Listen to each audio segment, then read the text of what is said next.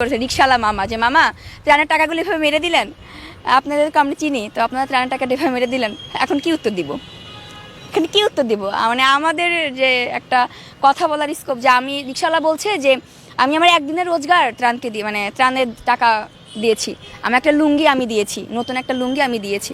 বলছে যে টাকা ব্যাংকে আছে, তো ব্যাংকে টাকা কেন থাকবে? এটা আমার ব্যক্তিগত অভিমত, যেটা ব্যাংকে কেন টাকা থাকবে? তাহলে কি ওই ব্যাংকের সুদ দিয়ে পরবর্তীতে বন্যা হবে, সেটার কাজে লাগানোর জন্য ব্যাংকে টাকা আছে? না, এটা আসলে আমি জানি না। আসলে আমি অনেক জেলাতে দেখেছি তারা বিতাড়িত হয়ে এসেছে, তারা বসতে পারেনি।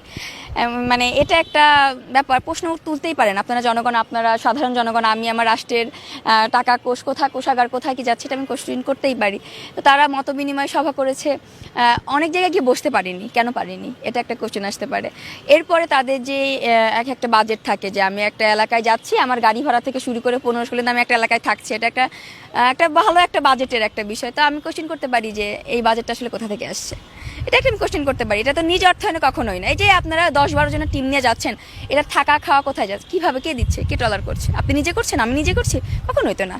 এটা কি করছে বলবো? অনেকেই বলছে যে টাকা ব্যাংকে আছে, তো ব্যাংকে টাকা কেন থাকবে? এটা আমার ব্যক্তিগত অভিমত, যেটা ব্যাংকে কেন টাকা থাকবে?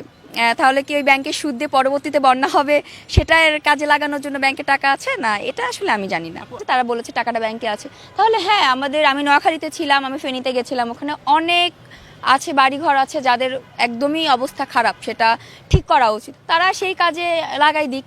এখন টাকাটা তো আর কি হুট করে তাদের কাছে এইভাবে, রাষ্ট্রীয় কোষাগার, আসলে তো রাষ্ট্রের সম্পদ না, তো রাষ্ট্রীয় কোষাগার তো তাদের কাছে কখনো তারা রাখতে পারে না।